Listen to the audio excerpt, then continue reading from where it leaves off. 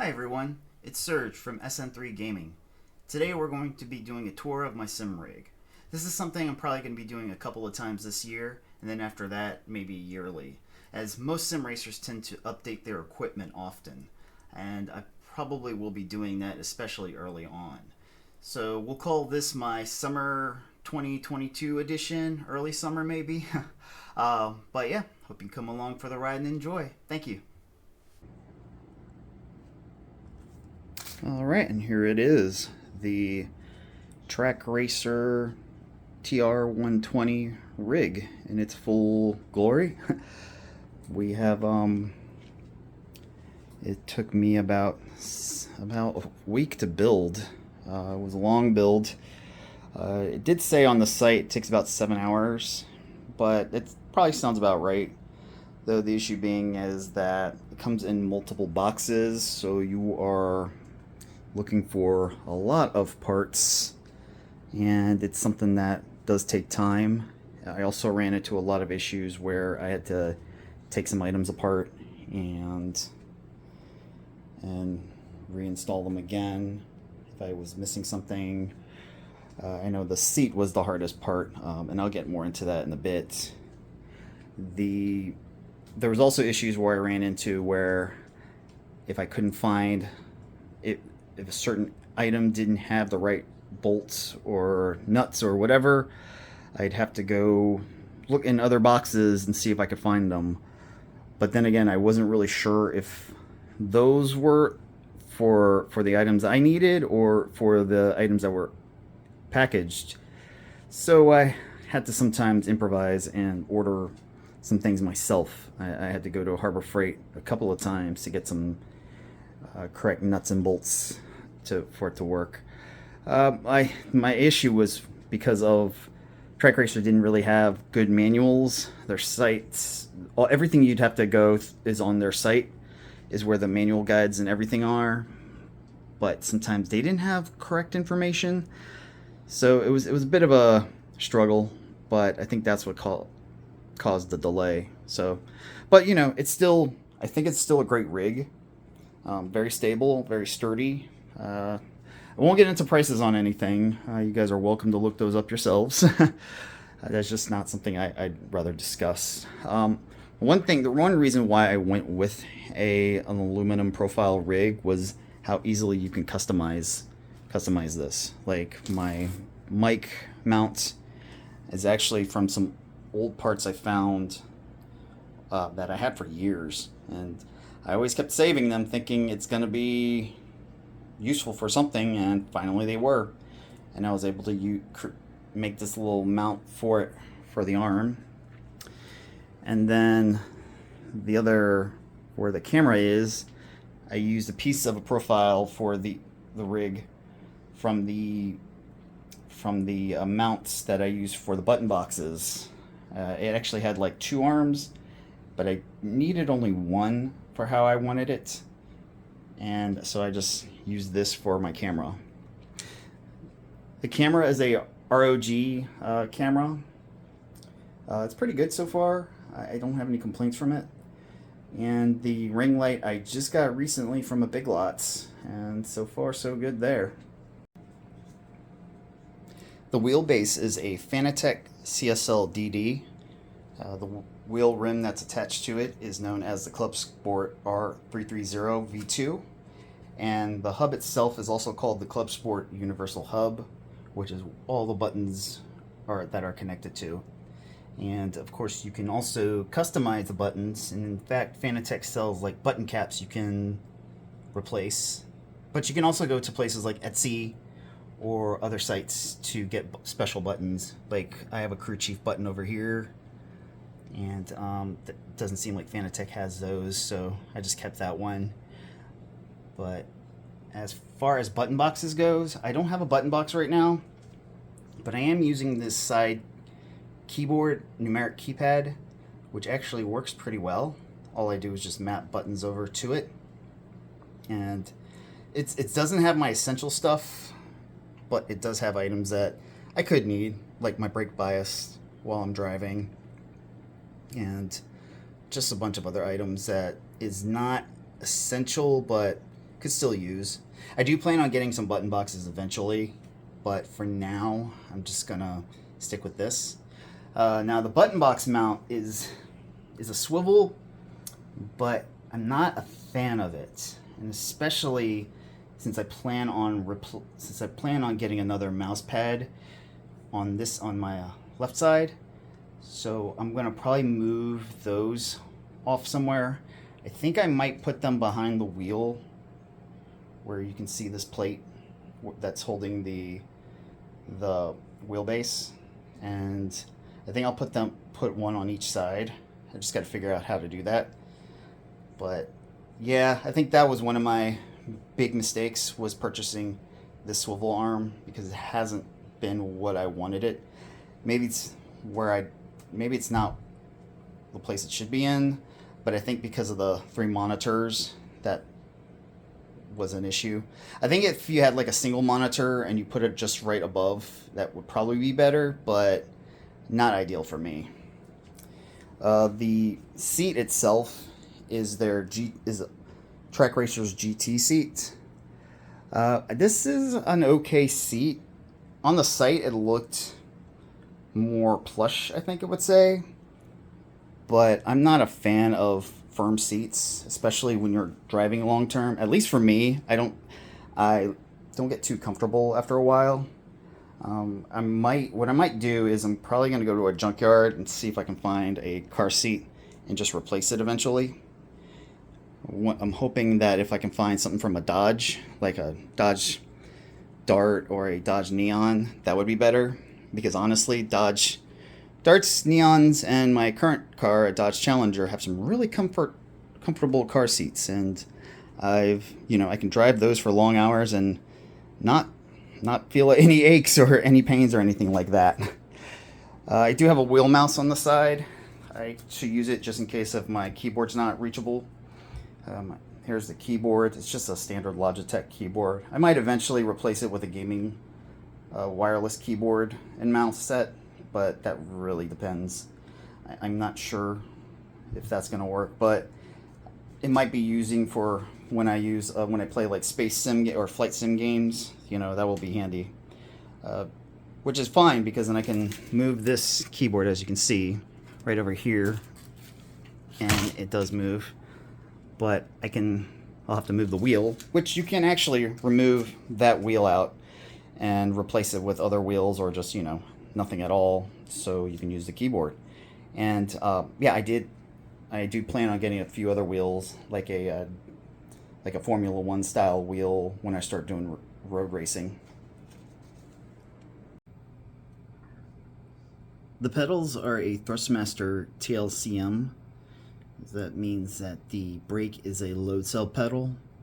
And if you are into sim racing, and if there is one thing you want to upgrade first, I certainly would suggest the pedals and get a load cell.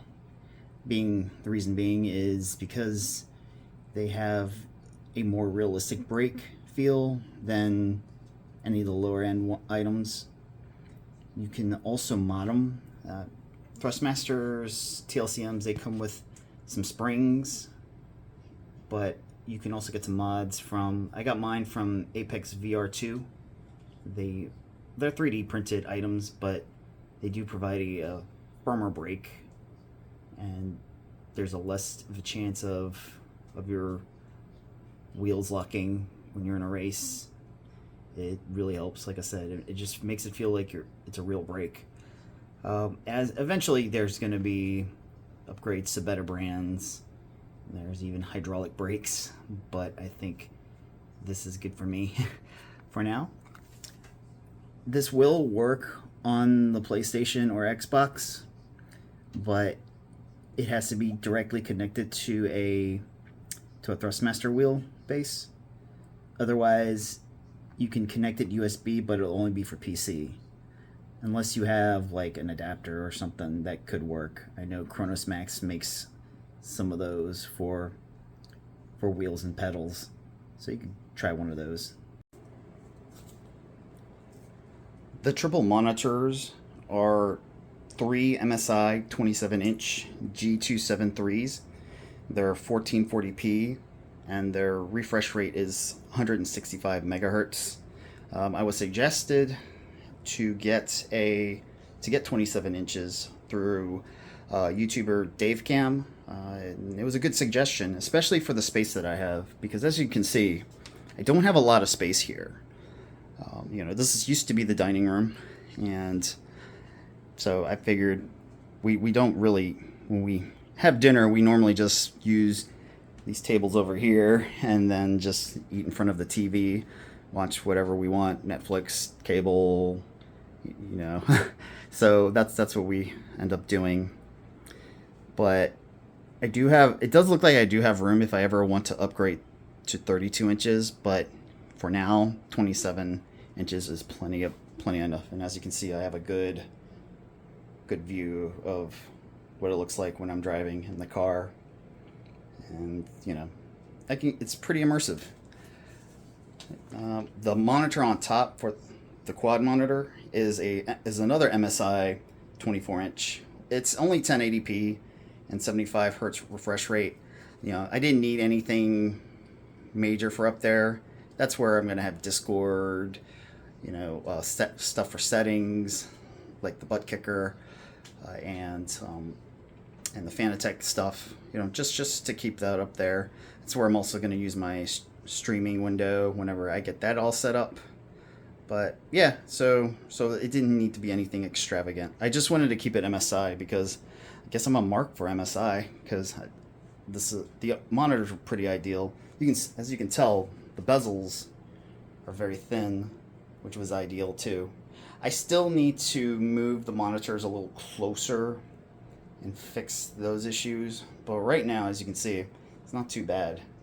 I do wish I can find those bezel-less kits or find a way to make the bezels invisible, but that's another plan I'm going to work on eventually. I do have a shifter plate for whenever I do get a shifter. It's just something I don't essentially need right now and really don't want. I'm pretty fine with using the paddle shifters that are available, and I actually enjoy that part. If cars were more like that, I would not mind doing manual at all. In fact, and I've been using this so much when I'm actually driving my actual car, I will reach over for my paddle shifters and realize, oh wait, I'm in my real car. Oops. So yeah, I've been using this a lot. But eventually I might get Fanatec's version of the shifter, which you can switch over from H shifter to sequential pretty easily. So I might have that. And the cool thing is with their version is that you can replace it with any sort of shifter knob. So, I might get one of those cool skull ones that Christy really wants me to get, or I don't know. I'll have to think about that. I do have a cup holder here, but it's actually mostly for my cell phone, place where I put my phone there, because I used to have it just hanging on the mount over here, but it felt safer there. Funny thing is I have the Esurance DriveSense app, and for some reason it always activates when I'm in my rig. Don't know how that gets detected. Well, I'm sure I know how, and I'll show you in a bit. Underneath, you'll see that I have a controller mounted here. This is for when I'm eventually going to start playing Final Fantasy XIV on streaming. So that's there. I'm a controller player when it comes to that game. Something I'd rather use. I tried keyboard and mouse one time when I started going PC, and it was very interesting. I wasn't used to it. I just stuck with what I was used to, and I'm doing pretty well. On the other side, I have a mount for my headset, and that's what I mostly use for racing. So it's a Razer Kraken headset, wired, of course, because I'm not a fan of wireless headsets. They tend to give me issues. So I just stick with wired. Sounds really good. I might get something a little better eventually. But for now, this is pretty standard. The microphone I use is a HyperX mic, and I do have a little filter. Might get a padding for it. Issue being is that I wanted to originally not have a headset and just use my speakers and this microphone. But eventually, when I start driving, people have trouble hearing me. And there's a reason for that. And I'll show you in a moment. And this is the reason for the issue with the microphone. This is called a Butt Kicker Gamer Plus. What a butt kicker is basically a bass shaker. So what you do is you just mount this onto your rig or your office chair, connect everything that you need to connect, and it'll start shaking up the rig or your chair. You know, it's just basically a very glorified rumble pad. So there's a program that Butt Kicker has where you can change the settings on when the RPM's getting ramped up. You can feel it. If you get into a wreck, you'll feel that. You'll feel how the road is like. There's so many things you can do. I keep the wheel slipping and the wheel locks set to high for, to make sure I know what's going on. It really does help when you're driving, because you can then feel before you see.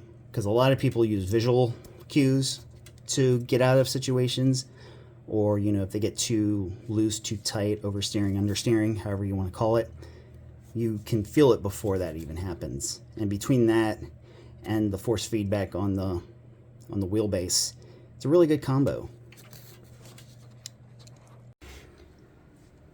The butt kicker itself is connected to this cable that I have secured. And as you can see, there's a quick release over here. And it gets connected all the way to this amp over here. And that's what basically powers it. And it's a good little setup. You can change the volume, change the settings. Butt kicker can be used. They sell like a lot of other products for movies and sounds and music as well.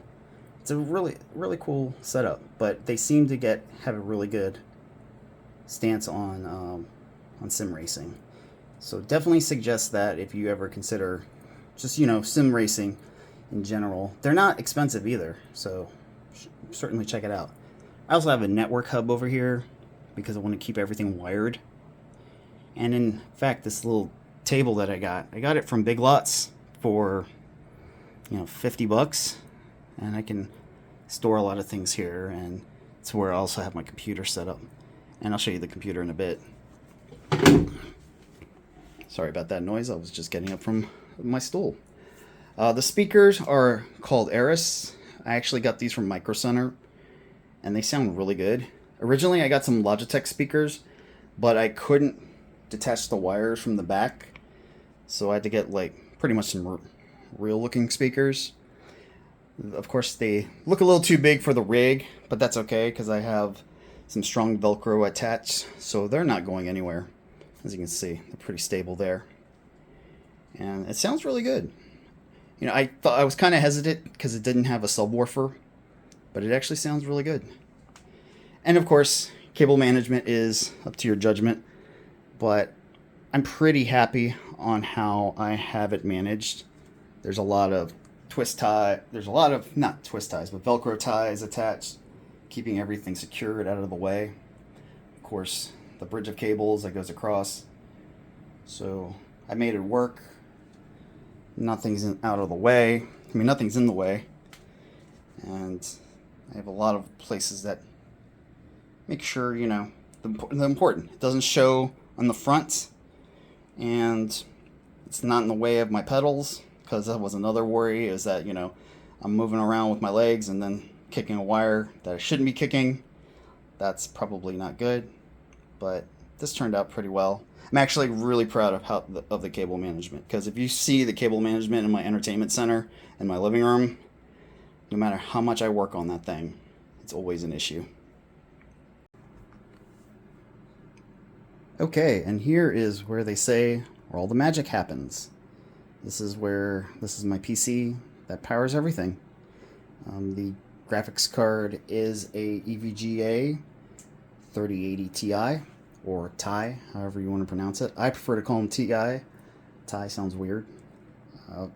The CPU is a Ryzen 5900X. I have 32 gigs of RAM installed at 3600 megahertz, 2 gigs NVMe drive, and it's cooled by a deep cooler, which uses 3 fans. The radiator is pretty huge too. You probably can't see it through here. I didn't think I was gonna want LEDs. I kind of do now, but this is okay. This works for now. Maybe eventually. I'm trying to keep the colors for my logo colors as well, as you can see. The case is a Leon Lee Mesh Cool 2, I believe. And this was actually bigger than I thought it would be. But I'm actually glad I got it because it's very roomy. And I always prefer having a lot of airflow. Drawback, of course, is with all this airflow is you have to dust it more because this thing can collect dust. And when you have 2 cats and a dog, that definitely becomes an issue. But as you can see, I have a lot of stuff connected to it. I actually have to get another USB hub for it. And I still have some USBs in the back of the motherboard that still haven't been used, but trying to keep as many USB ports as available as I can because I feel like I'm going to use them all at some point. But yeah, really good machine, handles anything I want to play. You know, 3 monitor iRacing, it handles it pretty well. I have it set to high a lot, so it gives me about, the lowest I've seen it give me on high was 100 FPS, which is still pretty good, so I'm not complaining. I think it's a great PC. I actually built it myself. I spent an entire day building it because it was a long time since I've built a PC, and it's still running well. Cable management's not bad at all, except probably on the back you don't want to look there, but thankfully no one has to have access to that. I do use racing shoes and gloves. The reason why I went with racing shoes is because I was using just regular shoes while racing and they were starting to really hurt my heel, and I wasn't a fan of that. So I actually went and got these Goodyear shoes on Amazon, and at first they didn't feel too comfortable, but once I broke them in, they're really good. And again, you know, I don't use them for anything but sim racing. As you can see, they have some really grippy. They're really grippy over here, very rubber. And you just saw Ezra walk by. He's making his cameo. I started using gloves when I got my Fanatec wheel. Reason being is because the rim itself is leather, and I don't want to ruin that. So I want to keep that for as long as possible. And the gloves are from Alpine Stars. These were originally for a Stig costume that I have that was given to me by my friend Daniel. We call him Chibi. He could not fit in the costume, and I asked if I could borrow it, and he loaned it to me, but then he told me to keep it, and so definitely appreciate that. My issue with these gloves is you can see the inner hand portion are wearing out, and that's kind of not ideal. I might get another set, a different brand of gloves maybe. I don't know. I mean, these were meant for go-karts, so I don't know why go-kart gloves would not last like that, but it is what it is, I guess. So yeah. So this is the rig, and like I said, I do like my rig. I think Truck Racer was a good buy. I did have some issues, but all in all, I think it was worth it. They were communicative as much as I needed them to be, except for the first time when I contacted them. If I went by the first impression, I probably would have gone elsewhere, but they improved, and I think even the founder contacted me once when I was asking the status about the quad mount portion. So I didn't So, you know, all in all, like I said, if you're interested in considering getting one of these, a race rig, do your research. There are plenty of brands like Track Racer. You've got Track Racer. You've got Next Level Racing. You've got so many other options. Some of them are even cheaper than this. And, you know, also consider your space too. Because I honestly thought this may be pushing the limit of this room, but honestly, it's not too bad. I mean, we can walk across over here and it's not in the way of anything. And like I said, I can eventually upgrade to bigger screens, like 32 inches. You know, I think if I ever do upgrade screens, it'll be 32 inches. As much as I want to do what Boosted Media has, is those nice 65-inch monitors, that's probably not going to happen, at least not in this house. And maybe whenever we do move to a bigger place, that'll be an option. But there's also got to be a lot of other things I have to consider, like a stronger computer with a 3090 or whatever's going to be out by then, and maybe a a power grid for its own. So that's something that I will think about in the distant future. Near future, of course, is other things.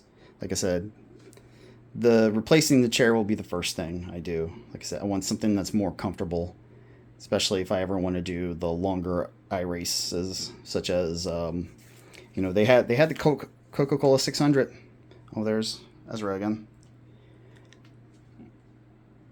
And, you know, they do have 24-hour races, so maybe I won't be that ambitious, but we'll see.